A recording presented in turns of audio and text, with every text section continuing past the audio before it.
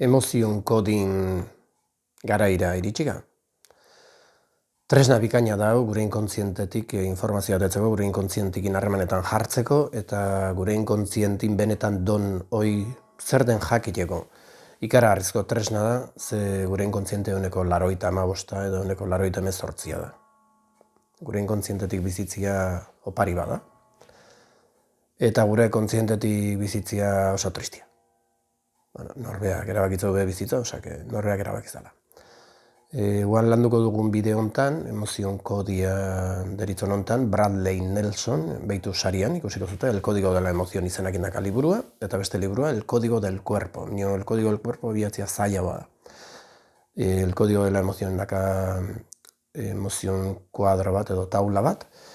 Ingeleraz beste emozio batzu daude, gazteleraz itzulpenan errepikatu daude depresioa eta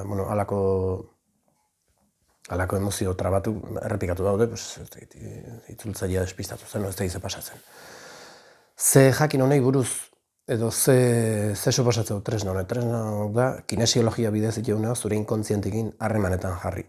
Eta hemendik proposatzen dutena da, landu bideoi emozio trabatuk lokalizatuz, emozio trabatu gure egunerokotasunin eragiten dute, eta ez baza kontziente emozio trabatu egitaz, zure egunerokotasuna baldintzatzen nahi dira eta zuetza konturatzen. Proposamena da, emozio trabatuen bilagon, zure inkontzientikin harremana estutu, eta poliki-poliki zure inkontzientetik bizitzen hasi. Bine hortako pauso batzu bezala eman behar dira, ez dela konturatuko za mentia sartzen zula, azkar eta fin. Probatu.